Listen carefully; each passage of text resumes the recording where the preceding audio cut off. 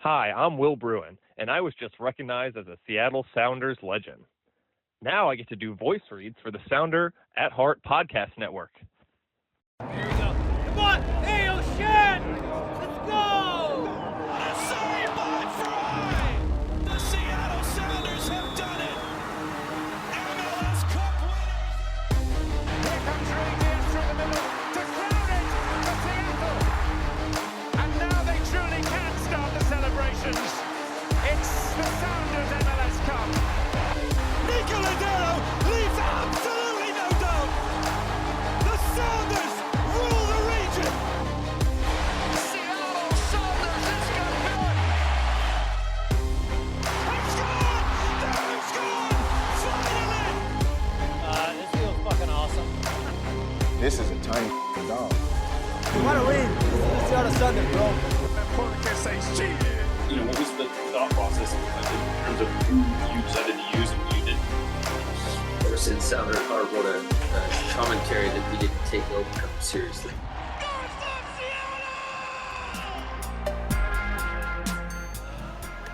Welcome back to another episode of Nos Audietis. I am Jeremiah O'Shan. Joining me today is Aaron Campo. This is the mailbag episode for February. It is also sort of our preview episode for the season. So we're wrapping some things together. We're going to start the show, something we've never done before, but I've just heard a lot of podcasts doing this and I love it. Over-unders. We're going to just sort of like go through a bunch of numbers, run it down. But Aaron, I'm getting ahead of myself. How are you doing? We haven't done this together for a while now.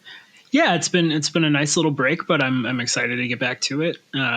I'm excited for the season to start. I guess today, as you're listening to this, or yesterday, depending on what your podcast listening schedule is like. But yeah, it's a fun time of year for sure. Yeah, the Sounders. We were recording this on Tuesday. The Sounders play their first competitive game of the season on Wednesday. There was a little bit of a drama today over where you could watch this game, or I guess it started last night because what happened was the CONCACAF moved the Miami Sporting Kansas City match because the weather was so bad in Kansas City. It was so cold and so inhospitable that they actually moved the game. I guess 2 days? It wasn't today. It's tomorrow. Yeah, I guess they moved it 2 days, and it was supposed to be today, and they moved it to tomorrow, and it bumped the Sounders off of FS2. So there was like a few hours, or maybe almost 24 hours, where it was unclear where the Sounders were going to be, where we were going to be able to watch this. Turns out the Sounders are going to be on Fox Soccer Channel. They're going to be on VIX Plus, which is a Spanish language channel, that part of the Univision family, I believe. And then most conveniently, it will be on the CONCACAF YouTube channel, which there was some question as to whether or not that was actually visible in the United States and Mexico, but it will be. At least that's what I've been assured. I watched the Colorado LAFC game on there today, so I do know that channel is working. But a lot of drama going into this game in Guatemala. Game is at 5:00. Should be fun, interesting. Yeah. These games always make me nervous. The surfaces are often not great. The competition can be a little chippy. We've had some really damaging injuries happen in these games, so I'm always a little nervous for them, but also exciting. You know, I love the CONCACAF Champions League games. I love or Champions Cup, whatever the hell they call it these days. I do like playing against these lower rated teams. I think that it's always kind of fun, and it feels like it's been way too long since we saw the Sounders play, and also like it was last week. It's one of those kind of situations. Yeah, well, and I guess they did play last week. I watched them play last week against Louisville. You know what I mean? Yeah. I do know what you mean. And the offseason is shockingly short. And what's funny is that this is an opponent that we are used to not knowing a lot about CONCACAF opponents, but this one I feel like we know even less about, because this is only their second time in CONCACAF, in the CONCACAF competition.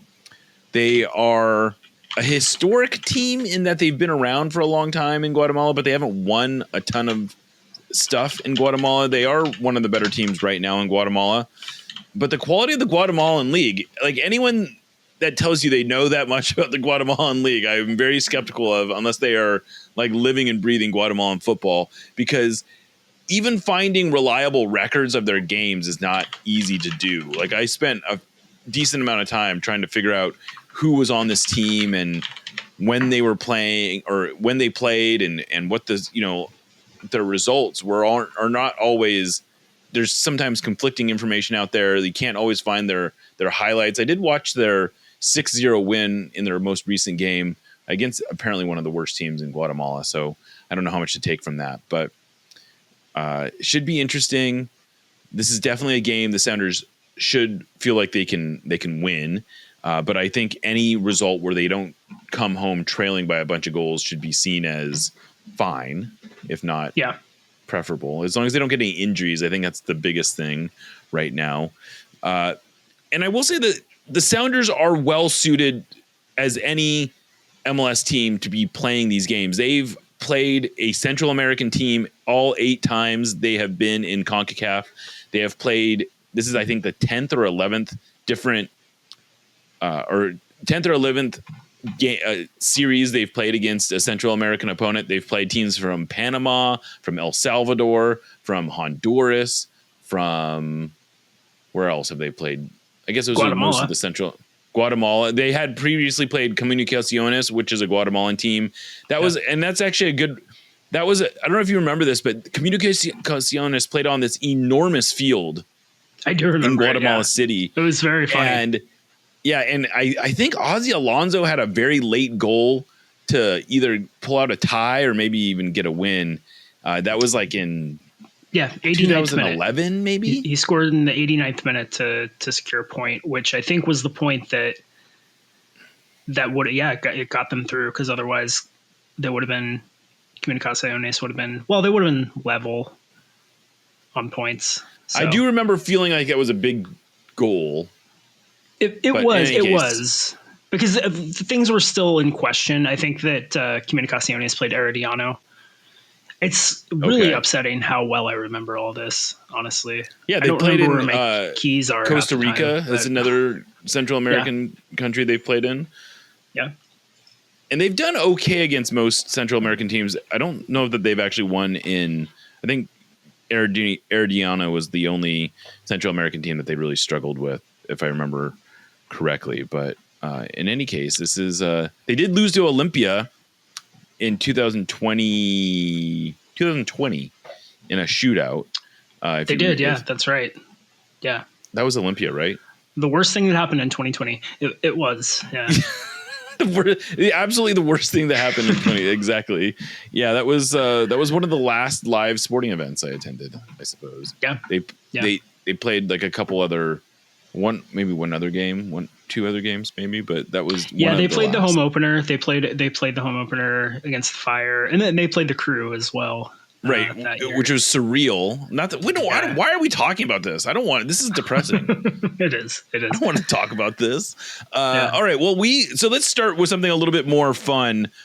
I came up with a bunch of over-unders. We're not going to go through the whole team, but we have some team ones. We have some individual player ones. And these are all, for the most part, they're, unless otherwise noted, these are for MLS play only. But the first one I said was points, and I'm setting it at 61. Is that, what do you think? Over or under 61? I'm going to say under, just because I think 61 would be like the 3rd best in team history, I want to say. It would, yeah. 61 would be a lot. It's a high, I think it's a high mark. It's a really good season. I would be thrilled to be wrong, because I think if I'm wrong on this, I think there's a pretty good chance they win the Western Conference. Or finish first in the Western Conference. It wasn't enough to win to finish first last year, but I think it would be a lot of years. It would have been in 2023, for example. So I'm gonna go under. How about you? Yeah, I feel like now maybe I set it too high, but I'm also gonna go under, because I feel like they're gonna be playing so many games, and they're gonna be playing there are parts of the schedule that are absolutely brutal. I feel like they're gonna be a little under. They were at 57 last year. If they can, to me, somewhere between 57 and 61 is probably right in the range that I expect them to be in. Yeah, which would be a good season, just maybe not top of the West. Yeah, that seems about right. All right, go ahead. No, you go ahead, please. Oh, okay. So the next one I said is goals. So last year they had 51 goals. I'm going to raise the bar to 58. What do you think? Can they hit 58 goals? I think they can. I think there's a good chance they can, but I'm still going to go under. I think 58 would be second most maybe that they've ever scored in league play. And I do think that there's a chance that this is the best attacking team they've ever had. But I'm still going to say under. I'm gonna go over. If for no reason, if for no other reason, then I think I need to be more aggressive with my. I was overly aggressive with my my over-unders, but I actually do like their off. I think 58 goals. They had, like I said, they had 51 last year. I feel like this is a good offensive team. I actually think goal scoring will not be a huge problem for them. I'm gonna go with over 58 goals. All right, so this one is total competitive games. So this is not just MLS, obviously. Guaranteed to play 42. I'm going to set the over-under at 50. So, point of clarification here. Are we including, as a playoff series, is that one game? No, that would be 3. Okay. If they get to the first round and they played 3 playoff games, that would be 3. Okay. So if 42 is the guarantee. So if they win this series, they're already at 44 guaranteed. Yeah. If they get out of the groups, if they get out of the first part of Leagues Cup, they are automatically, that's, one more game, obviously.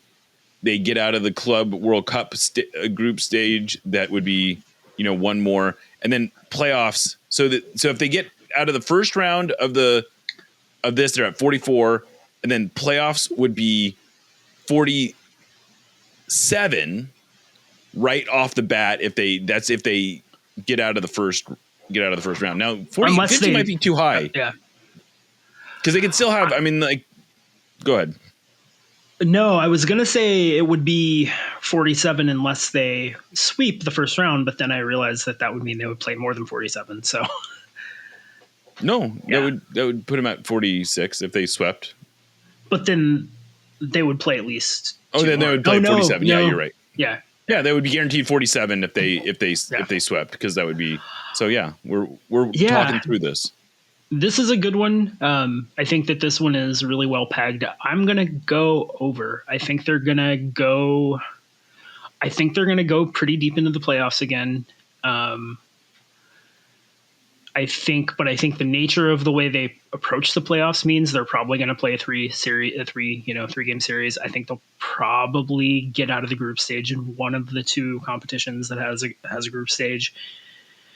I'm going to go over. I could very easily be wrong on this one. I feel this is the one I'm least confident about. But this was a way of the way I thought about it. This is a way of roundabout asking if you think they're going to win a trophy, and if they win a trophy, they will almost be virtually guaranteed to play more than 50 games if they win any trophy that they.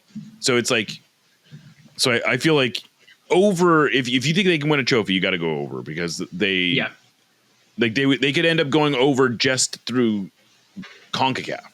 If they win CONCACAF, they would be over. Yep. Yeah, I don't know that I'm as convinced that they're going to win a trophy as I am they're going to go over 50 games, but okay, yeah, you can do both. Yeah. I mean, they could do it without winning a trophy, but I just felt like it was a more creative way than under one trophy. It's smart. Okay, how about you? All right, so now we're getting into the player ones. Well, no, you got to give your prediction. Oh, I'm over. You're over. No, I'm over. So just for the benefit of the listeners, we are recording our predictions here, and we're going to set a calendar reminder for the end of the year and go back and revisit these at the end of the season. So I want to make sure everything like gets everything gets recorded. Yeah. No, we're gonna hold ourselves accountable, which we never do. We never do this. No, we really don't. We never make predictions. All right.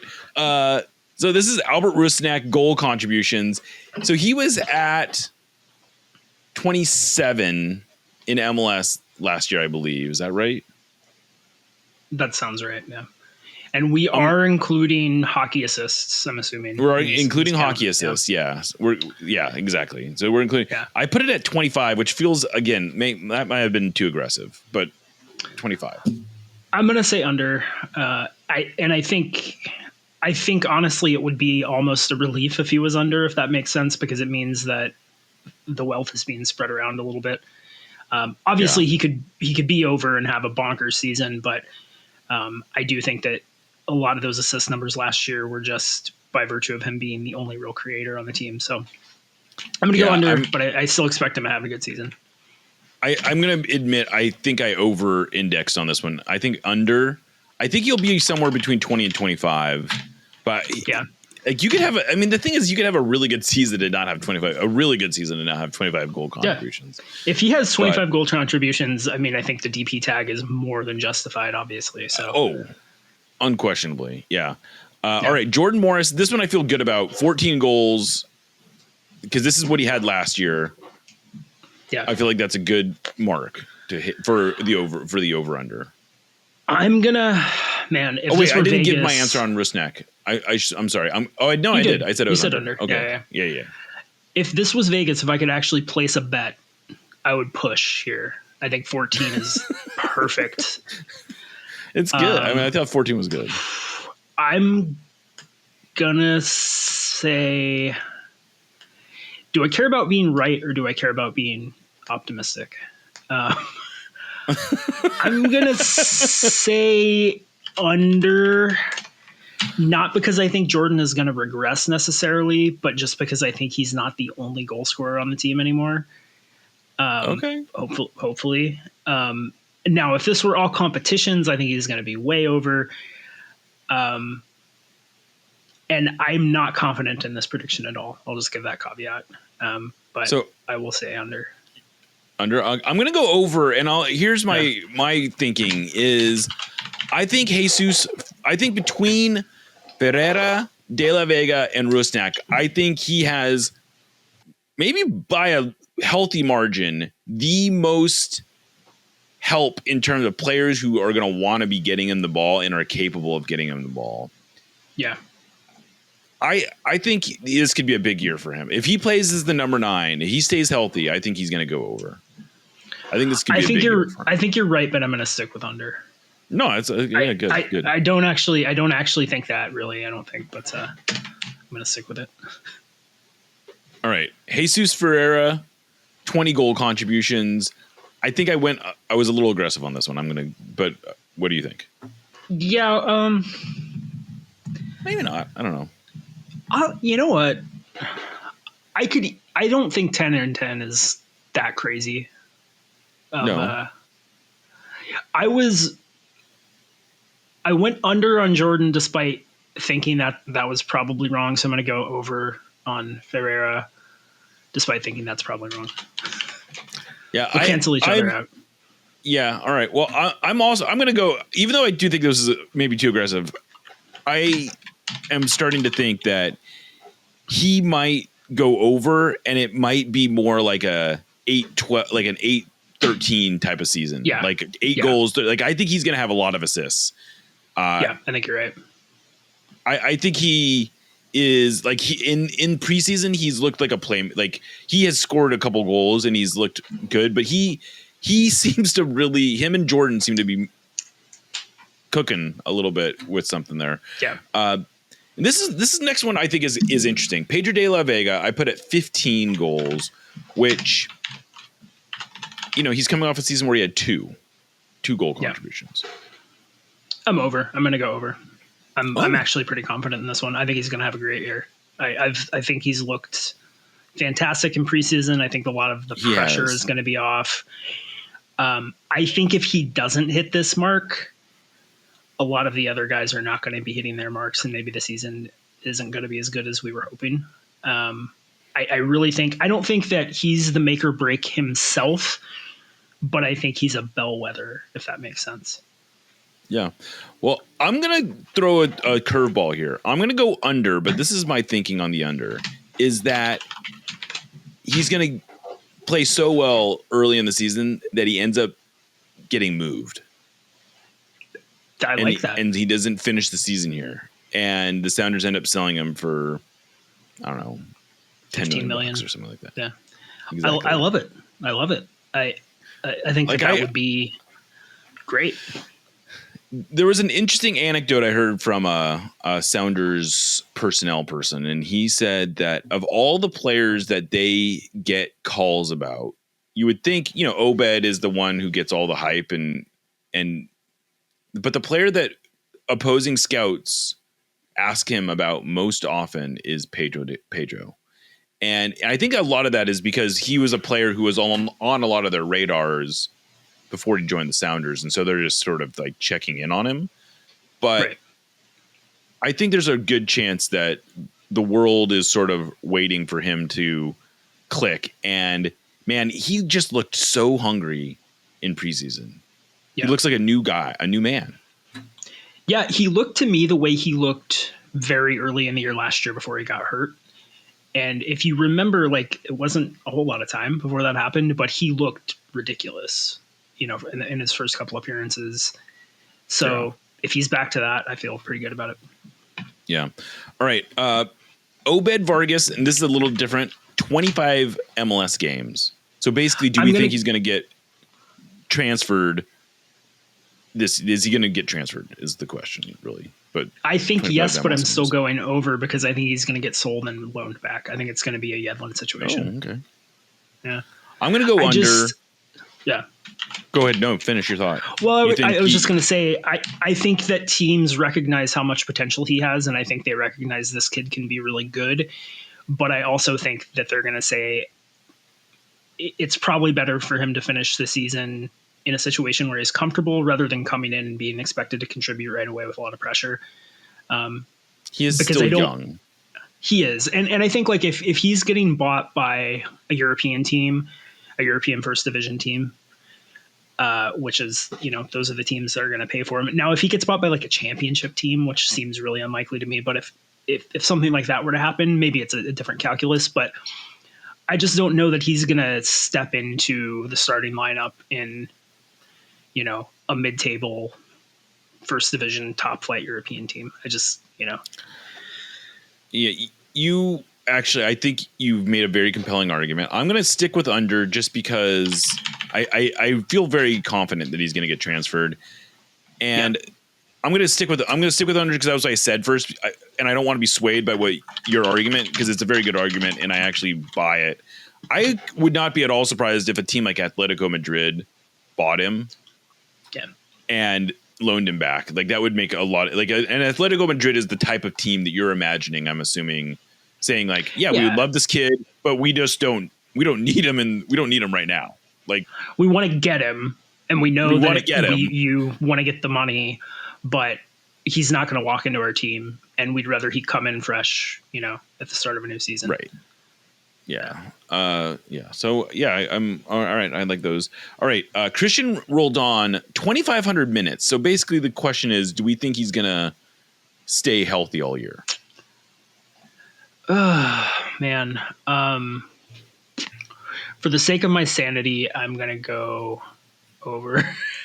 Let me look at here. Let me set the mark for you a little bit. So last year he played 2,800 minutes, which is, probably what you have in mind. But in 4 of the previous 5 seasons, he failed to hit 2,500. He went 1,900, 2,300, 2,100, 1,200. That was obviously the big outlier. And a lot of that is because he was getting called into national team, which is not really a concern anymore. So 2,800 might be more reflective, but 28, to get over 20, the last time he was at 2,537, the last time he hit right around 2,500 minutes was in 2019. And that was 29 games that he played. So to get over 2,500 minutes, you're basically talking about missing, a couple games, but staying healthy essentially all year. I'm going to say under, because I think even if we're talking just about MLS, and I think that there's going to be a lot of rotation, especially if the Sounders make a run in the Champions Cup. I think they're going to be just more willing to rotate. Although, I mean, if there's a guy that doesn't feel like he's somebody you can rotate out, it might be Christian, just because there's not as much depth in the defensive midfield. But I am going to go with under, but I'm optimistic he'll be able to stay healthy. I think that him having a position that is his own is actually going to be pretty good for his durability. Yeah. Yeah, and I think it's a position. The position itself is one that I think lends itself. Like if you look at around the league, I feel like there are more defensive midfielders who are able to kind of play every game. You're not sprinting as much. You can conserve your energy a little bit more. It's a little more cerebral. You're typically the one dealing out the challenges, and rather than taking them as much as maybe attacking players. So, yeah, I will say so. Last year, if you had to guess, how many minutes do you think he played in all comps last year? If you just had to take a guess. Well, I know he played 2,800 in MLS. So I would say like 3,500 in all comps. 37, almost 3,700 minutes. So many minutes. Is that including the playoffs? Yeah. So you had 390 minutes in the playoffs, 242 minutes in the Open Cup, and then 420 in Leagues Cup. So about minutes. Yeah. That's a lot of minutes. I mean, I think he could probably go. No, go ahead. Well, I was just going to say it could be predictive either way, right? Like maybe it means he's durable, or maybe it means he's got a lot of miles on the tires. Yeah, I mean, he made up for lost time. You could say, yes, absolutely, last year. Absolutely. He. So, go ahead. Go ahead. No, you. I haven't made my call yet. I'm gonna say under also. I just feel like he's going to be rotated out more often. I feel like it's. Yeah. I guess I was wrong. 2,500 minutes is not whether or not he's going to stay healthy. It's really whether or not he's going to get rotated potentially. And I kind of hope he plays less than 2,500 minutes in MLS play, because I really do hope the Sounders are aggressive about rotating. All right, this is an interesting one. It's Andrew Thomas starts, and I put it at 10. Which feels high, but I'm gonna let you. Yeah, and this is just an MLS. Obviously, I think all of these, aside from total competitive games, is just MLS. Man, it's tough because I can easily see a world in which he starts 10 games. He started 5 last year. And I think the Sounders weren't really interested in rotating Fry last year, and I think maybe. I mean, they were not rotating him out of it. They gave him a lot of games off in Leagues Cup and Open Cup play. Yeah, but they did not. I don't think they sat him once for rotation reasons in MLS play. Like they only sat him for Leagues Cup and Open Cup. And there was definitely, I think, an acknowledgement from the team, and I think even from Stephen Fry himself, that having that huge break for Leagues Cup was really good for him, and why he was able to be sort of at his best down the stretch and in the playoffs. And they're not going to have that this year, right? They're going to have Club World Cup, but the break is not going to be the same. However, correct. I'm still going to go under. I think they may be more willing to rotate him for those midweek MLS games this year, maybe. But I still think 10. I mean, 10 starts is. If I'd say if I did 7, let's just say it was like, I'm not going to renege on it, but let's just say I did 7. Yeah. Would that have changed your mind? I would probably go with the over, yeah, because I think you got to expect a goalkeeper to miss a couple of games. I think seven's another I would probably push if there was actually money on this situation. Okay. Well, yeah. I'm gonna go over, and I think this is I think the Sounders sort of see the writing on the wall a little bit, and I think what they're gonna maybe do is treat Champions League like it's Fry's tournament, and then if they make a run in Champions League, I think there could be some league rotation where Thomas is getting a bunch of starts in league play, and then I think similarly in late in the season when they're in Leagues Cup, they may do the same thing where they flip-flop it and they give Fry Leagues Cup and they give Thomas league play. I don't know. We'll see. Yeah. But I do think that because I kind of hope he goes over, because I just don't know if Fry is back. Like, we had this question, the same question 2 years ago, right? Whether or not Fry was going to be back. And they're going to be asking that question again. And if they think Fry isn't, if Thomas is your starter next year, I feel like you need to start giving him more MLS minutes. Yeah, I totally agree. And I think no player wants that, but I think Fry probably has to understand that to some degree, right? As long as he's still getting the biggest games. Right. Yeah, I mean, I think you want him for your biggest games, but your biggest games might not be regular season games right now. Yeah. All right. Paul Arriola, 10 goal contributions.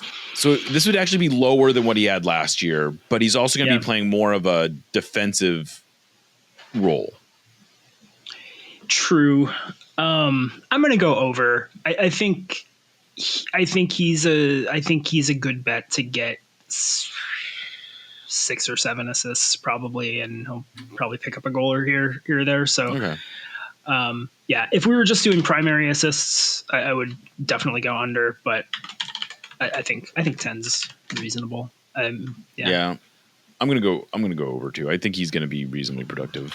All right, this is Paul Rothrock, 12 goal contributions. This would be an increase over last year, but he really only played like half the season last year. He did, but he was a starter for that half a season. He was. That's true. So maybe it's 12. Maybe I should say, maybe this should be all competitions. All competitions? Okay. Yeah. Let's go 12. Let's go 12 all competitions. I think that makes it more interesting. Yeah. I'll go over. Yeah. Okay. So last year, just to be clear, he only had 7 goal contributions in MLS play last year, but he had 13 starts. I don't think he's going to get 13 starts in MLS play this year. But in all competitions, 12. I would say, I hope he goes over. Yeah. I hope he goes over. I think if they have any kind of Open Cup run, he's probably going to pick up a few there. Well, he won't. They're not going to be in the Open Cup, but if they have a Leagues Cup, he'll probably get Leagues Cup minutes. He'll probably get and I think I think what's going to be interesting is where he ends up playing, because I think he could play either as a wingback or sort of in one of those dual 10 spots, and I think that will likely influence his goal contributions, right? For sure. Well, and I think too, he's probably, if the Sounders are trailing late, he's a guy you want off the bench, right? Or if you're chasing a goal. So I think if I had to guess, that's where he's going to pick up at least like half of his goal contributions in the league, situations like that, rather than spot starts. You're going over as well, I believe, right? Yeah, I'm going over. Cool. All right. This is, I don't even know. I just threw out a number here. I don't even know what the realistic benchmark for this should be, but I said Georgie Manungu, successful dribbles, and I said it at 70, which I think is a lot.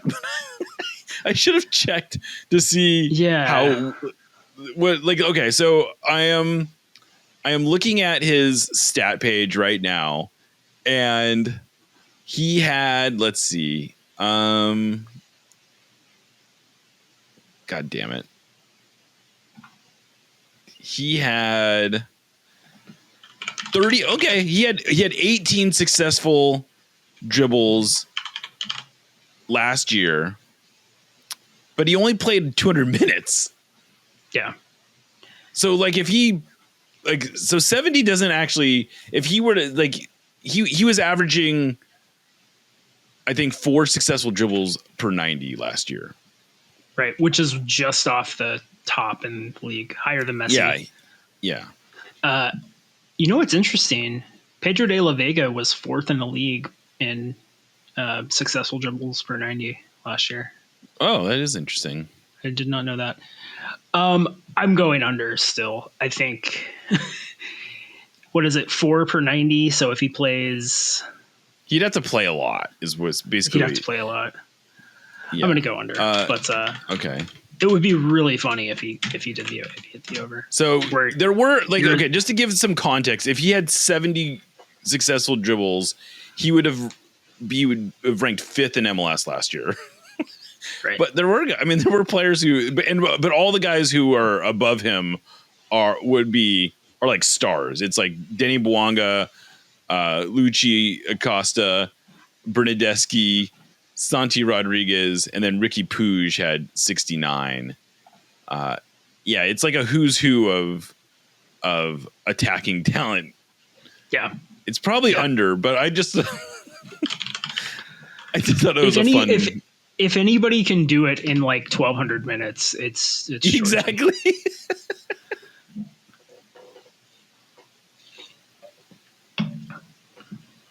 Yeah, it would be. I guess. Are you going under? I'm going under. Yeah. I'll go over. I'm assuming you are. You'll go over. Why not? Yeah, why not? Yeah, why not? There's nothing actually on the line. No, exactly. Why not? That'd be a great one to hit. Yeah. All right. This is where the last one we're going to do. Stu Hawkins, 10 MLS appearances. Now, he has never played he's an 18-year-old center back. You're going to probably find out a lot more about it. If you don't know who he is yet, you are surely going to know who he is by this time next year. But he has not yet made his MLS debut. This is going to be his 3rd MLS season, technically, because he was signed in 2023. He balled out with Tacoma Defiance last year. And so basically this question is, do you think he's going to go on? Essentially, it's like, do you think he's going to go on loan or is he going to stay here? I mean, 10 appearances in MLS. I could see him playing a decent number of minutes and not hitting that number. Yeah. I mean, there aren't very many teenage center backs who have 10 MLS appearances in a season. Yeah. Like it's very small. It's like one hand you could count them on probably. Yeah. I'm going to go under. But I do think he'll get some time with the first team this year. I definitely think he'll get some time with the first team this year. Here's what I think might happen is I think he might go on loan for part of the first part of the year and then come back. And 10 was too high, I think. But I do think he's going to play a lot. I'm going to go under, but I think he's going to get significant first team time this year is what I'll say. 10 was probably too aggressive on my over under. I didn't think that through enough, but I do really think that part of what the thinking was in terms of trading Josh Atencio was that they see Stu already ahead of him on the depth chart. He's 18 years old. He was one of the best passing center backs in MLS Next Pro last year. And then the other player who I think made it easier was Snyder Burnell. He's a 17-year-old midfielder. I think he'll get signed to a first-team contract this year. He's not currently signed to a first-team contract. But I think those are the two players that really factored into the decision to trade Atencio. But anyway, I'll go under on that one. And right. We just bagged 40 minutes of our mailbag show without addressing a single question from our mailbag. I should add that all these mailbag questions are submitted through Discord. And if you want to get in on that Discord action, support us by becoming a supporter on Sounder at Heart. Those plans start at $75 a year. And really, the Discord is like I say in the ad that it's where the smartest, funniest, and most engaged commenter. It's true. I don't know about the funniest and smartest. That's probably hyperbole. I don't know, but for sure the most engaged. Like I was out today for most of I was visiting friends. I spent like 2 hours catching up on Discord messages. It's been a busy couple days in there for sure. I think people are getting antsy. Right, exactly. It's. I mean, if you like to read people talking about the Sounders, there's not a lot of places that you can get more of that action than on our Discord. Sometimes I'll admit there are times where it feels like it might be too much, but it's like real sicko stuff. If you're a Sounders sicko, you will find your people. I can tell you that. Yep, absolutely. But all right, well, let's jump into the questions. Let's do it. What you want to start? I'll kick us off. The first one's from Matt P. Whitney. My question pertains to the lore of the Nos Audietis intro. It would be fun to hear you give brief context to each of the clips. For example, is Will Bruin feeling as sarcastic as he sounds doing the read for Sounder at Heart?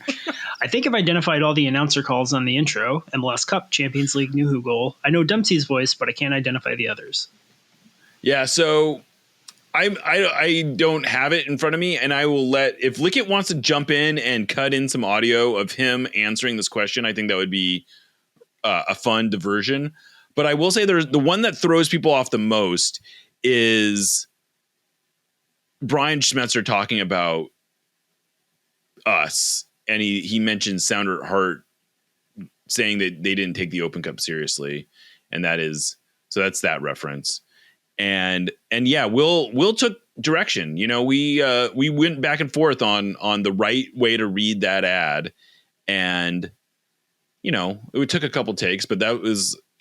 I think he's being genuinely sarcastic. I mean, we wrote it for him. I don't know. He did it. He did it justice. Yeah, you know Will much better than I do, but I definitely think he's being intentionally sarcastic.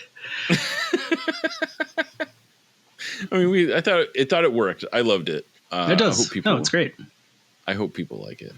All right, this is from Bard. Speaking of very prolific Discord members, now that the senior roster is pretty much locked in place, which supplemental roster young kid do you think is the highest chance of breaking out this year? He doesn't want to. He's not talking about Georgie, who's already had his breakout. He's talking about. He says his choice would be Snyder Burnell, who I just mentioned, but he wants to know more about like these other guys that like they signed Leo Burney this year. They signed Travion Sousa. There's this Bayer kid who is a draft pick.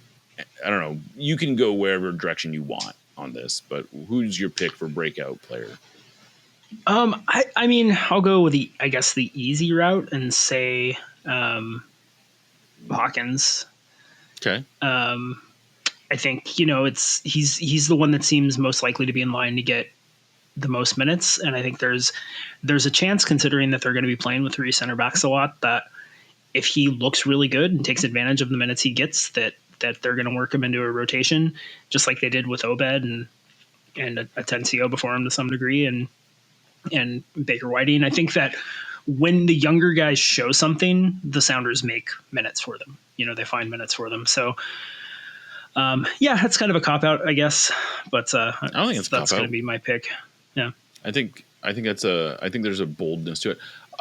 So I'm sure what Bard wanted us to mention is Kalani Kosa-Rienzi, who is not signed currently to a first team contract.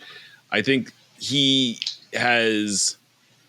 both him and Brunel have been training with the first. We're training with the first team as recently as Monday, and I think he's got a chance to. I actually wrote a story on Sounder at Heart about I think it's 7 young players to be paying attention to. Kalani was on there. He's 22. He is a former draft pick, but he has the athleticism, I think, to potentially overtake Alex. Maybe not permanently, but I think he could really do a good job of playing the role that Alex is playing with the first team. And I think he probably has the most potential to sort of break out as if like Georgie's off the table, I think he's got, and I would imagine if Georgie's off the table, then Reed Baker Whiting is probably off the table too. So yeah, I think Kalani is probably a good Kalani Kosarienzi, who I think people will like. He if you are curious, if you don't know who I'm talking about, he's the guy who scored the goal against Phoenix Rising and then did the very impressive full layout after scoring that. All right. I do think that right wing back is where, when I look at the squad, I say that's the spot that there should be some real competition for. So next one's from Eric. What is the thinking around bringing in a CB to the Defiance on loan? Isn't that spot better used to develop one of our existing players? Are there other factors here beyond player development? So right now, the only center backs on the Defiance roster are Tino Lopez and I think Kato Yamada, who is the player that you're talking about. And Yamada is an intriguing prospect. My understanding is the Sounders this is not so much a favor. It's not like this is a favor to Kobe to bring him in. I think the Sounders really wanted to get a look at him. He's 6'3". He has played for the U20 team in Japan's U20 team. And he needs minutes. He hasn't broken into Kobe yet. But I think he's a player the Sounders really like. I don't think he is just here to sort of like a goodwill gesture. I think the Sounders could give him, or not the Sounders right now, the Defiance might really give him minutes, but I think the Sounders want to get a serious look at this player. So I think that makes sense. I think this is what the Defiance should be doing. They should be bringing in players like this on loan and getting closer looks at players who they might be able to bring in to the first team at a younger age from outside the organization. Like, you can't just be using it on academy players. You have to be supplementing it, I think. Yeah, I mean, if you look at the players that the Sounders have had success bringing in from outside of the academy that have made it to the first team through that pipeline, Nuhu, great, perfect example. Georgie. Plenty of guys. So yeah, I think it makes all the sense in the world. Yeah, I totally agree. All right. I am not sure I know how to say this name. Death or Amida?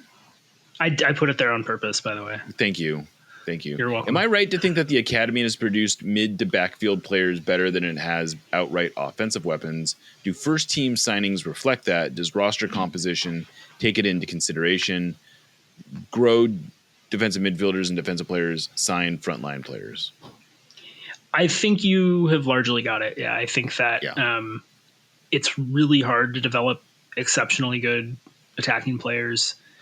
It's not something the U.S. has historically been good at. I think we're getting better at it, but and I think also a lot of the players that end up playing in defensive midfield are not playing there with the Defiance or in the academy, right? They're attacking players, but if you're investing a ton of money, in your attacking talent at the MLS level, then those players are going to tend to move back. It's sort of like what's the defensive spectrum in baseball, right? Where everybody's a shortstop in high school, and then everyone's a shortstop and pitcher in high school. Yeah, same kind of concept here. And I think also if you are an exceptional attacking player and you are getting national team call-ups as a U17 player, the odds are much better that you're going to get snapped up before you make it to the first team, because those are the players that European clubs are going after before they make it to the pros, for lack of a better term. So yeah, I think it's a combination of all of those things. It is, and at the same time, it's worth remembering that maybe the Sounders' most successful academy player ever is Jordan Morris. And I think you can argue he wasn't necessarily developed by the Sounders in the academy. Like, he went to college and did all that stuff. But it does happen. It's just that it's a little, it's going to be more rare. It's going to be more rare. All right. Or you're up, I guess. This one's from Nevtalin. Which Sounders homegrown, other than Obed and Atencio as well, to timestamp when this question was asked, do you think will be the next player to be sold for $1 million plus in GAM, TAM, or RAM? How long do you think it will be before something like that happens? Well, yeah, I have to say that selling Josh Atencio for potentially $1.6 million in general allocation money is quite a haul. It's the most money the Sounders. No, I guess they made more on DeAndre, but it's like the second most money they've ever made on a homegrown player. It's a huge sum of money. It's like potentially the sixth most valuable allocation money move in MLS history. So that's a legitimate feather in the cap of the academy, I think, to be able to produce a player who could draw that kind of. And the Sounders really did produce Atencio. I mean, he started playing for the academy at 14 and was here until he was 23. And the Sounders, it sucks to see him go. And I would have liked to have seen him. I mean, he's a player who could have probably played here until he was in his mid 30s, but I think this does give him an opportunity to become closer to his full potential. Cause I think he was maybe stuck a little bit in the depth chart, and I'm a big believer in his talent, and so I'm glad to see him go. But who the next, or I hope in the best, wish for him the best. Who's next though? I mean, the easy answer is to say Reed Baker Whiting. I guess maybe it's not easy right now. I mean, he's hurt, and there's a chance that maybe he's just never gonna fulfill. Other than him, I mean, Stu Hawkins, I would say, is probably a good shout. I could see him being a big sale at some point. Yeah. Like he has really high potential for that. You look at go ahead. American center backs are that, and goalkeeper is like the one position that is not, I think, undervalued on the global market. Yeah. Yeah. Yeah. Yeah. I'd say the next most valuable player after Obed might be Hawkins in terms of what he's able to fetch. If that's not quite the question you asked, but maybe. Yeah, I think there's still a chance for Reed, but I think at this point the more likely scenario is that he goes from being sort of the Obed caliber player of this is a guy we can sell for a lot of money to maybe the Atencio caliber of player of this is a guy who can be a really good MLS player for a long time. Which is not nothing. No.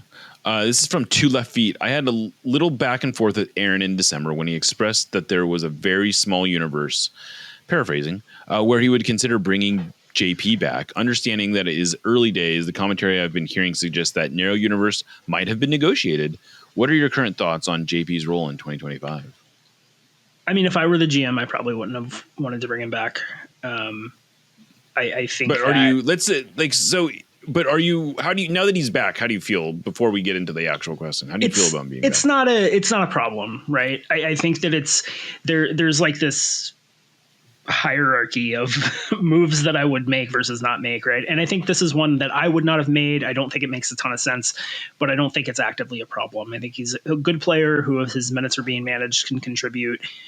He is, by all accounts, a great teammate and potentially mentor for some of the younger guys that can do a really effective job at times. It's just I would much rather Josh Atencio have been prioritized, but I also think he probably got brought back because Brian doesn't seem to trust Josh Atencio, right? And so that they were willing to bring back JP and move Atencio to center back and then move him to Colorado suggests that it just wasn't going to happen for him. I think if there was a pathway for Josh getting the kind of minutes I would have liked to see him get in defensive midfield, they probably wouldn't re-sign JP. So I think that it's a spot they needed to fill. I think especially if they're going to target a U22 defensive midfielder, I think it's nice to have a guy that can provide cover in the short term that you feel pretty comfortable is not going to block that player in the long term. So Still not a move I would have made. Don't think it's actively a problem with the roster. Yeah, I mean, I think the reasoning for bringing him back was this: they wanted a reliable veteran to be able to eat up some minutes. I don't think he's going to start a lot. Like I wouldn't be at also. I won't be shocked if he starts the season opener. To be honest with you, I think that you're going to go with their A lineup against Antigua, and then they could maybe bring in some like that's a position where I think they might rotate a little bit early on. So I think he's going to get some important minutes. He looks really fit though.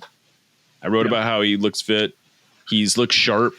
So I think he's if they can limit him to 1,200 to 1,500 minutes, I think that's a nice sweet spot for him to be, because I think he can be really useful in that kind of time. And if they, we'll see. Yeah. Next one is from Sean Wheeler. What are the top positions of interest for a U22 summer signing? What player performances or movement in the first half of the season will narrow that down? So it is interesting. The Sounders technically have 3 open U22 spots, which is a lot. I don't think they're going to go out and sign 3 U22s. I think at least one of those is earmarked for someone already on the roster. Maybe 2 of them might be earmarked for someone on the roster. Like Danny Leyva, for instance, they could throw a U22 tag on and save like $70,000-$80,000 against the salary cap, which is not a lot, but it's something. But it's also similar to what they were doing with Atencio, frankly. So it wouldn't be that different. But I think they're gonna. My gut tells me they're gonna go with a forward, but I wouldn't be surprised if they go with a defensive midfielder. But they could go. Honestly, they could. I'm gonna say forward for the sake of this question, but I really don't know where they're going. I think they wanna look around and see what it is. But the U22 spots, especially the ones you spend the transfer fees on, do not seem like a need, like we're going to find a player we need. It seems like a best player available sort of situation, where you're going to identify the player that you feel like is the best use of that spot and the best use of the transfer fee you're paying and the best potential for a future return. And yeah, like to me, I would love to see them sign a forward. I think there would be some benefit to signing a defensive midfielder that you feel like can fill that role for a long time, that you're comfortable bringing along slowly. But I do think it's just going to be whatever young guy they see that makes their ears perk up the most likely. Yeah. I think it also depends on how much of a budget they end up getting. Like if they have a $5 million budget, which is not, I think, a reasonable, given the way they've spent money over the last 3 years, they should have a $5 million budget as far as I'm concerned. Like they should be able to negotiate that. And if they have that kind of money, I think you want to spend it in the attack. But yeah, that's totally a fair point. Yeah, we'll see. All right, this is from Better Than. He says, which players are you most worried, Dave Clark, which players are you most worried about regressing not due to injury? I'm going to answer this 2 different ways. I would say the player I expect to regress the most without it being injury related is Albert, just because I think that for reasons we talked about in the over-under segment, right? I think it's unlikely he puts up the same kind of counting numbers he does. The player that I am the most, I don't think that he is likely to regress, but the player who, if he regresses, it's a big problem is Jordan, I think. And I'm not expecting it. I think he's going to have a great year. I'm excited about him finally getting the chance to. Yeah, that's a good. Yeah, but if he regresses, it's could be a real issue for sure. I'll say Albert is the player who I think can maybe afford to regress and it not be quite as debilitating. I also think he's the player most likely to regress. I mean, that was a career. He had a career year last year, and we'll see how he's able to maintain that. But yeah, I guess worried. The player I'm probably most worried about is Jordan, just because it would suck. But I also think Ferreira's good cover. Like they've never had that good a cover for. That's true. I'll throw out Yamar too. Yeah, I think Yamar is the. Yeah. Yamar is probably actually the right answer to the question, I guess, in the spirit of which it was asked. But yeah. Like if he suddenly starts to look old, that is a problem. Yeah. Yep. This one's from Dondo. Yep. How do you expect the team to use the cap and roster space created with the Atencio trade? Well, unfortunately, I think it's the unsexy answer of I think they're going to end up using it sort of to bolster the roster more than like dramatically improve the roster. I think what it does really is it allows them to go out and spend whatever they need to spend to bring in a U22 and then not worry about anything else. Because all you got to do, frankly, is look at what's going on with the LA Galaxy right now. Yeah. They traded Gaston Brugman to Nashville for Sean Davis, basically. And who made a little less money, not a lot less money. And because I don't understand this, but they're going to end up buying out Sean Davis, or maybe they bought him out already. They did. Yeah. And here's a player who's a perfectly good player. Like, I mean, the Sounders would be very smart, I think, to see if they could pick up Sean Davis on a free, but they must have mismanaged their cap so badly to trade for a player and then have to cut him. They could have traded presumably Brugman to other teams and gotten less in return and not had to worry about buying him out. I mean, it's just a weird situation. And I think the Sounders are just honestly deathly afraid of being in that same, like they are much more worried about having to unbuild their roster than they are about maximizing it. And I think that's you can criticize them for that. I think it's a fair thing to criticize them for, but I also think it's what keeps them competitive every single year is they don't have to unbuild their roster the way that other teams sometimes have had to do. That is the thing that always gets lost in the discussion about why can't we build a team like LA, like the Galaxies? And the answer is that it's not sustainable. They were a trash fire for half a decade and they had one fantastic year. And you can argue it was worth it. Absolutely. Absolutely. But I don't think it would feel worth it when you were in year 4 of that trash fire, you know? Right. It didn't feel worth it in 2023. That's for sure. Right. Yeah.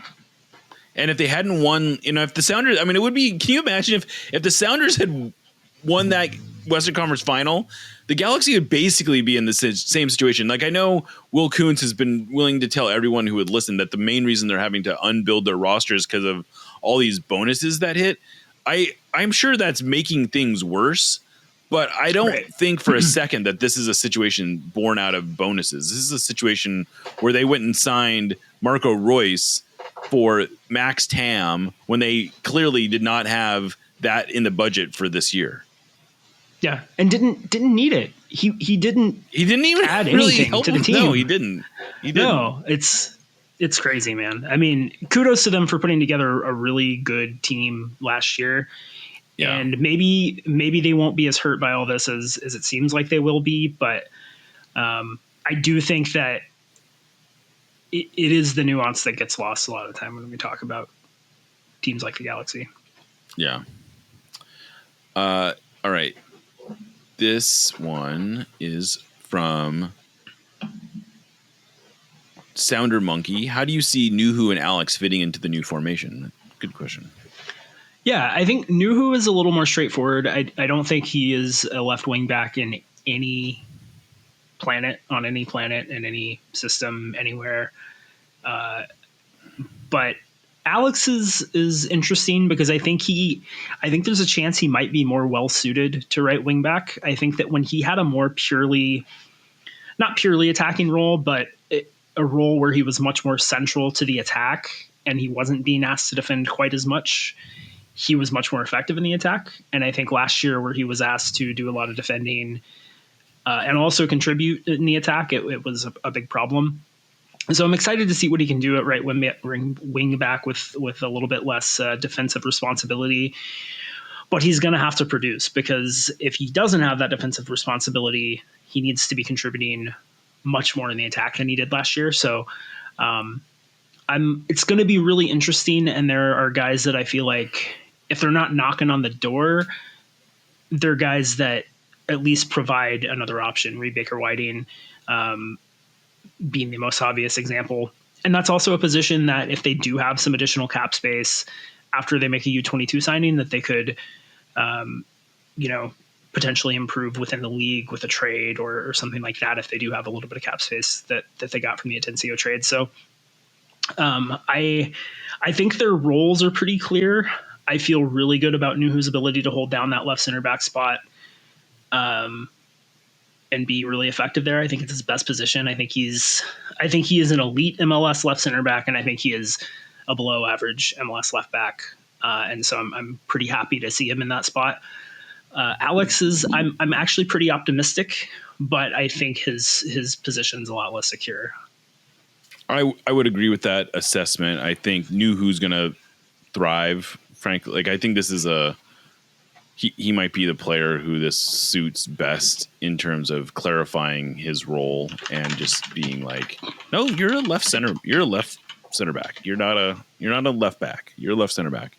And I think Alex has the potential to be very good in this role, but I think it does put more pressure on him. I think it puts more.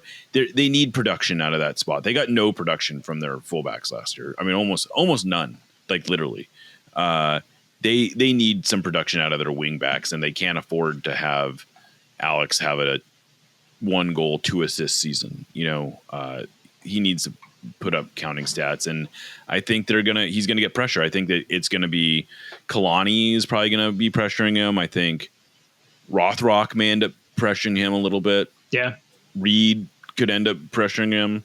I don't necessarily think Cody Baker is gonna push him too hard, but there are other players on this team who could take those minutes, and I think I think the formation suits him, but it also it's put up or shut up time. Yep, absolutely.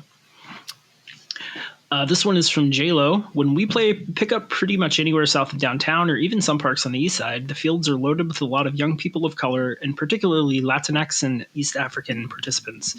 But anecdotally, I don't really see these people at Sounders games. Shouldn't an organization with one of its primary concerns being a recently more stagnant fan base and game experience be prioritizing giving these soccer-loving communities inroads to Sounders fandom, or is it something they are doing but unsuccessfully? I do think they're doing something. I think that if you look at where they are putting the urban pitches, it's almost all in communities of color.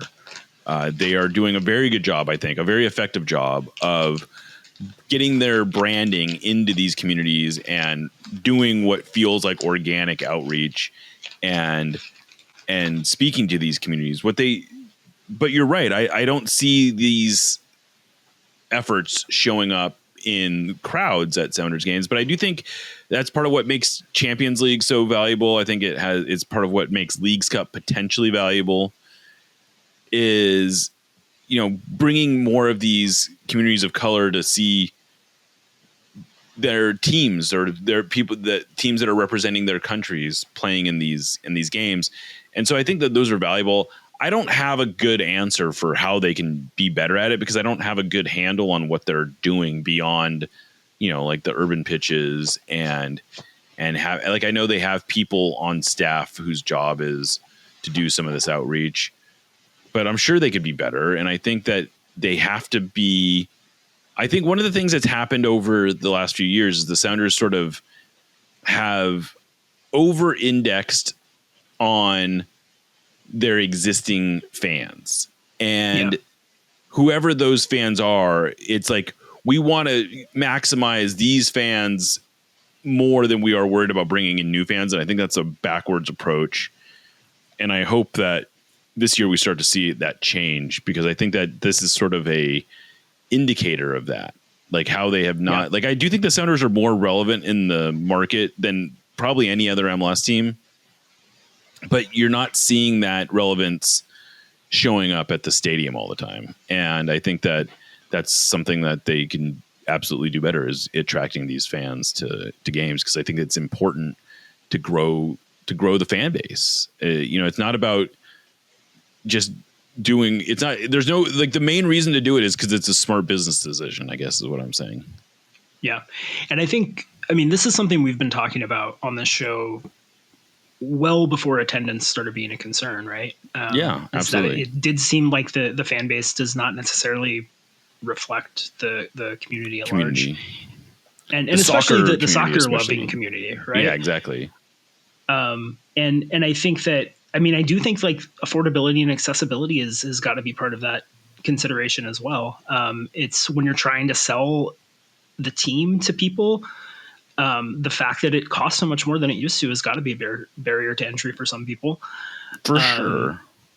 And so I think things like working with ECS to get ticket prices lower in the Brom end is a great start, but that's not going to be the experience everybody wants. And I think that's totally fair. And I think working to do that in other parts of the stadium would be a really good start. And doing outreach in those communities specifically and saying, hey, like, we want you to come try this and we're going to make it really accessible and affordable to you.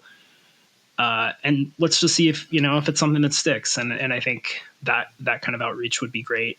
And welcome. I don't know how likely they are to do it, but.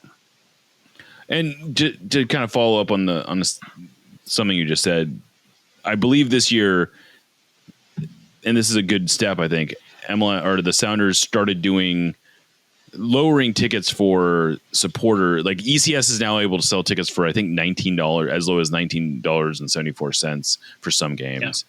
Yeah. And I'm sure that's the lowest that they've ever been able to sell tickets for. I know the Sounders have previously had student deals where they could sell them for that low, but they weren't in ECS. And that's probably where they want those fans to be. And so I think it's smart to start letting them into ECS. So, and I think they have, I don't know if those are restricted or whatever, but there are ECS tickets that you can get on a single game basis for that price. And I think that's a good move. I think it's a good first step, because I think that's one thing that Sounders games have almost undeniably gotten less accessible for a lot of fans. And that's we can bemoan that all we want, but that's the reality. And anyway, this is from Boomstick 315. When do the folks at FIFA hit the panic button on Club World Cup sales?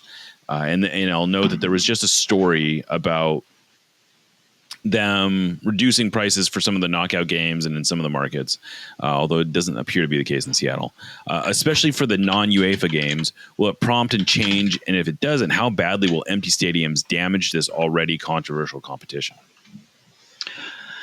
Yeah, I think that the Club World Cup being this way is going to be it. I'm still a big time Club World Cup skeptic. I'm going to go to the games and have fun. My nephew is super excited to be able to go and see PSG. It's going to be a cool event, but it is not what FIFA seems to want it to be. It's never going to be what FIFA seems to want it to be unless there are major structural changes in world soccer where there's not a clear best top of the heap federation and a pretty good amount of distance and a second federation and a pretty good amount of distance and everybody else. That's just the way it is. And it doesn't have the cachet of the UEFA Champions League, and it never will. It's a glorified friendly tournament, I think, to most of the biggest teams in it. And I don't know what they were expecting. Because people are going to turn out to see PSG. People are going to turn out to see Atletico Madrid and all the big clubs, right? They're not going to turn out to see the clubs that, frankly, like sickos like me are excited to see, right? Like the Japanese clubs or the clubs from the Middle East, or just the kind of clubs you don't get to see that often. Even like a less popular South American club like Botafogo. Right. Yeah. Yeah. people aren't going to turn out to see those teams really, especially at the prices they're being asked to pay. I paid more for nosebleeds to that PSG game than I think I've ever paid for a Sounders game, including the MLS Cup final in 2019, where I had our quite good seats. Yeah. Those were like $75. It was like half the price. Yeah. So, I don't know what they were expecting. I think for them, ultimately, it's the media rights they care about, and that's been a disaster as well. So I think this is going to be the bigger disaster, frankly. Yeah. So I think this is going to be the last hurrah of this format, and I think if it doesn't go away entirely, it goes back to being what it used to be, which is everybody's continental, federation champion goes to some sports washing hotbed and plays some friendlies, and nobody really pays too much attention. I think that's what we're headed towards.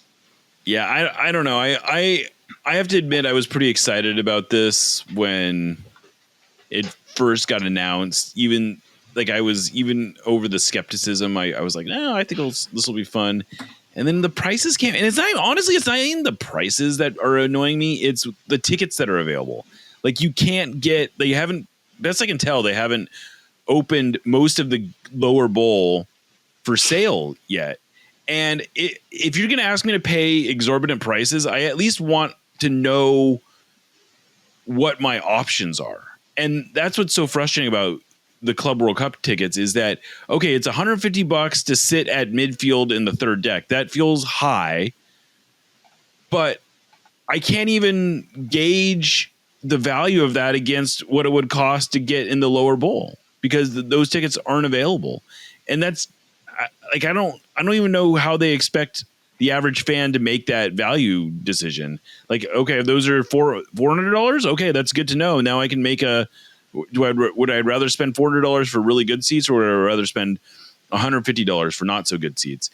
And they're not even giving people that option. I think the Club World Cup has been so poorly handled. If it was me, and again, it's easy to say this from a distance, but I would have thought that they would have prioritized packing the stadiums to sort of like do a proof of concept thing, and then slowly raise the ticket prices so that in the future, people go like, "Oh no, this is a good event. Look how fun people are having." Blah blah blah.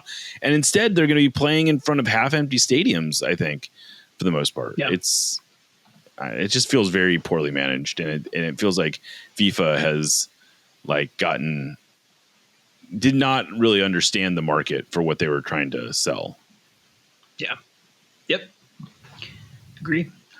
This one's from Skycat. If you could add one non-Pulisic United States men's national team player to the Sounders, who would it be?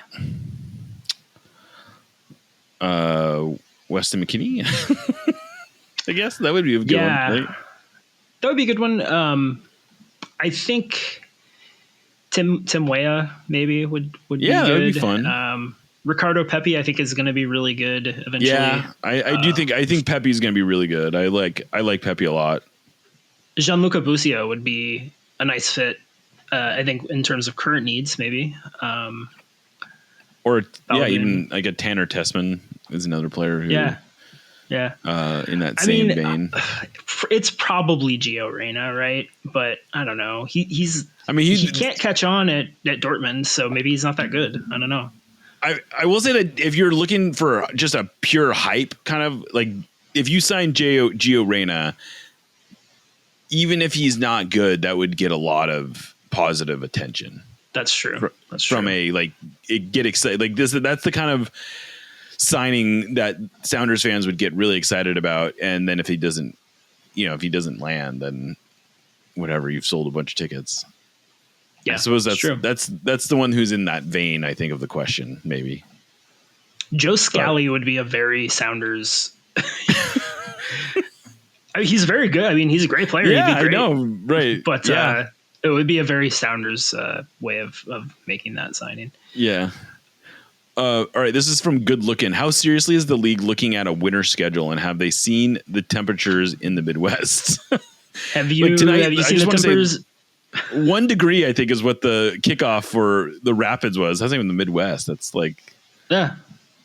have you seen the temperatures in Houston in August?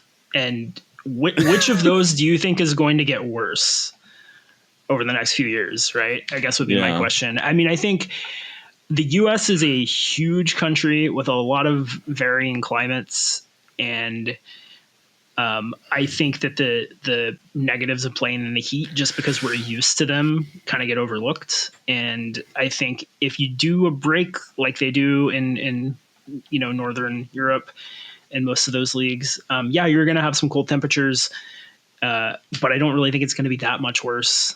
And I think the benefits just far outweigh the negatives. I mean, look, we're on this schedule now, and we're dealing with this kind of temperature stuff, right? Right. And this is around the time when the break would be ending if we did go to a winter schedule. So, because I think winter schedule is really kind of a misnomer. It's a fall and early spring, more or less, type of schedule. Yeah. So. Yeah. But I do. Sorry, just the last thing. I do think if they go that way, there's going to have to be some capital investment in facilities with like under soil heating and all that kind of good stuff. Yeah, big time. I don't think that we are ready for a winter schedule today, but I think there is a more realistic path to winterizing MLS stadiums than there is summer proofing a lot of them. Yeah. Like, we're not going to be playing in air conditioned stadiums. It's a lot easier to put in heating on the under soil heating, and it's easier to, build heaters for fans, frankly, and do all kinds of stuff like that than it is to build air conditioned stadiums, which there are currently zero in MLS. Yeah. Yep. So yeah, I mean, I understand, like, there are markets where it feels impossible to play winter games. Like, I get it, but there's also markets where it's like, we shouldn't be playing summer games either. Yeah. There's not really a great answer. It's tough. Yeah. Is this me or you? I'll ask it. It is me. I was on the wrong tab. Sorry, I don't mind asking. It's last question. I was doing research. On this question. Yeah. Yeah, and it's from Twimberly 23. Is this the best combination of kits in Sounders history? Well, if we're only going home or primary, secondary, we're not using we don't know what the third kit's going to be. So, which I only think is probably going to raise the bar for this, but I do really like the current combo. I like the primary a lot. I think it's my favorite primary since 2014, I want to say. Wow. And I have not loved the primaries for the most part. I really like this one. I think I really like the secondary too. I think they were able to tell a great story. I think it's going to look really nice on the field. I'm excited to see this in action. I do wonder, it's kind of funny, I hadn't really thought about this. They now have two uniforms of blue shorts. Different shades of blue. But it's kind of an interesting issue. So yeah, I would say it's up there. Like, to me, the one that it's always measured against, I think, is 2014, when they had the Space Needle silhouette as the greens. They had Nuclear Orca as the third, and then what was the second that year? The gradient kit, the Cascade Shale with the blue and green. Oh, that's right. Yeah, which I loved at the time and has not aged well. I'm looking at it now, and I don't like it as much as I used to. I loved it when it came out, but you don't think it aged well? It looks very dated to me looking at it. Oh, now. Interesting. I mean, I guess I haven't spent a lot of time reassessing my opinion of it, but at the time I loved it. I was with you. Yeah. I do think there was the fair criticism of that was, we have a Cascade Shale and a black jersey. What are we doing here? And that was a fair criticism. It was, but it's still definitely. they're individually, all three of them were good. I think, and I guess maybe in that context, especially this combo, once they add the third jersey, has the potential to sort of like really reset the, like, this is it could be like more of a like an ideal pairing. Yeah. I think for me right now, 2019 is my favorite ever. Nightfall is my favorite kit period ever. I loved Nightfall. I think it was perfect.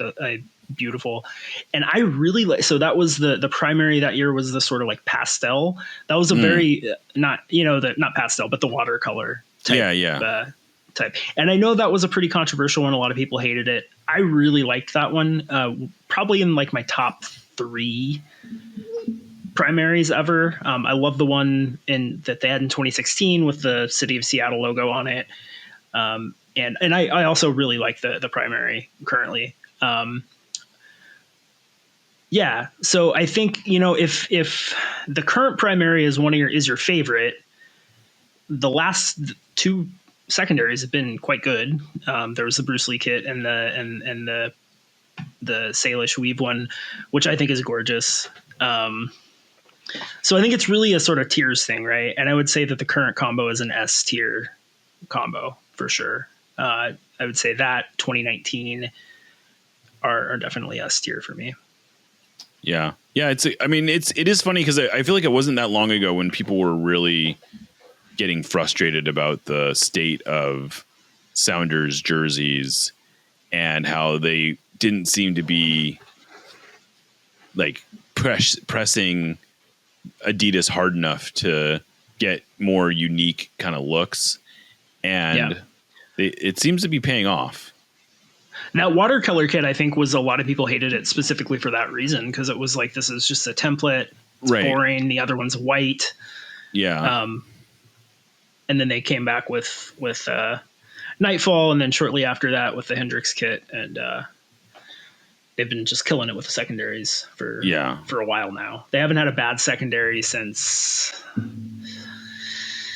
2018, and that one was really only bad because it was cursed, right? I thought the design was good. That was the throwback, with the light blue with the collar. I really liked it. Yeah, that was not the cursed whites, but they weren't very good in those. Oh, that's right. Either. They were their record in those was not much better. Yeah, but the cursed whites were the ones from the year before, right? That were just like white shirts, stripes, and yeah. We've come a long way since the bra straps. That's for sure. That's for sure. That is for sure. Well, that's a good place to sort of call it. Wanted to say thank you to our sponsors, Full Pull Wines. We also have a new sponsor, Haxon Ferments. They make hot sauce.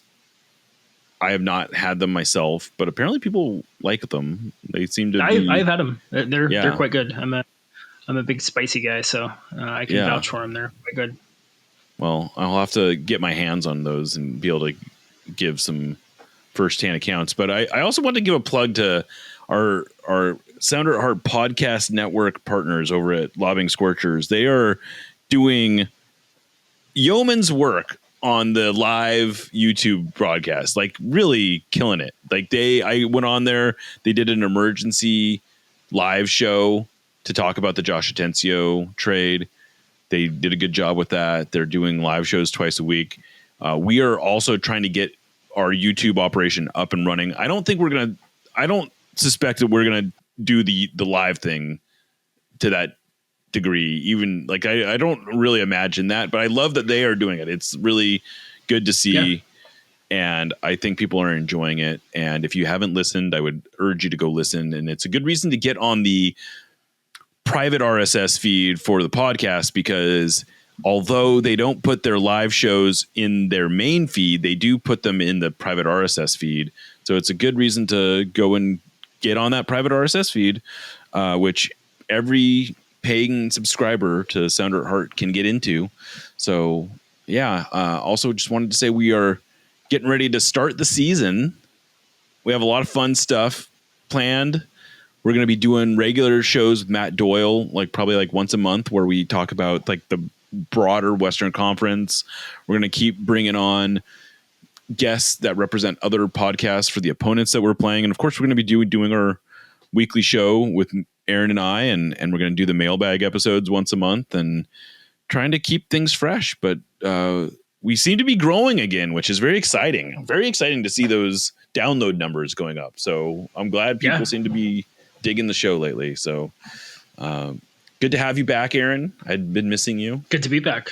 Yeah, I've been missing you as well. It'll be good to see you this Friday at Fast Fashion. Oh, thank you. Thank you for reminding me. That's a good job. We're doing a beer release party, and we're also delivering a lot of the merch that people ordered. If you missed out, we did an order of merch, of custom merch we worked with a local printer on, and we will have some pieces available. If you didn't get in on the pre-order, we won't have every size, but we'll have a few sizes and we'll have a few pieces. So if you get in there early, we're going to be there from like 4 to 10 at Fast Fashion in Soto. That they have 2 locations. One's in Soto and one's in Queen Anne. Go to the Soto one. Don't go to Queen Anne. And we'll be there from like 4. I'll be there from 4 to 10. I don't know. Aaron might not be there that long. No, I will not. Of course but not. I will be there. Yeah. Well, I've got a lot longer way to go. Yeah, no, for sure. I wasn't trying to light you up. No, I know. But we're doing I'm also going to see the Spits. So. Oh, okay. Yeah. Is it at Showbox Soto? No, it's at the Clock Out. Oh, okay. But yeah, they're across the street. The reason I laughed is because they're across the street from Showbox Soto. But we're going to be doing a beer release. Stoop and Fast Fashion made Craft Casual, which was I guess this is an hazy. I was thinking in my head that it was a pale ale, but it was a hazy IPA apparently. I feel like first time around it was a pale, but that's what I thought too. But I'm pretty sure it's a hazy this time. I'm not complaining. I love them both. Yeah, exactly. I could be wrong, but anyway, they brewed it and it's going to be released on Friday, and we're going to have some posters to mark the event. If you're interested in getting a poster, they're going to be $20. That's what it's going to cost for us to recoup our costs on a small run of these posters. They're going to be like hand numbered. So, that's cool, I guess. Hopefully everyone come out on Friday. We'll also Dave's going to be there on Saturday. If you didn't get anything, we're going to try to do a lot of pre-gaming at Fast Fashion. I won't, but Dave wants to do some pre-gaming at Fast Fashion. So if you want to see Dave at Fast Fashion, he'll be there. I'll probably be there on Saturday too. Oh, there you go. Well, I think that's our longest outro ever. So I should probably call it. But with all that said, I'm Jeremiah O'Shan signing off for Aaron Campo. This is Nos Audietis. And remember, you'll never yell alone.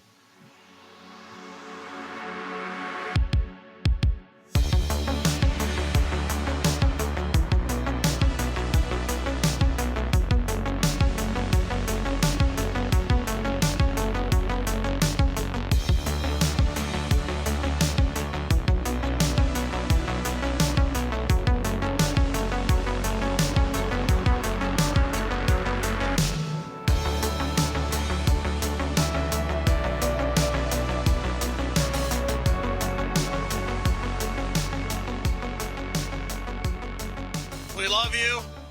Let's win another one!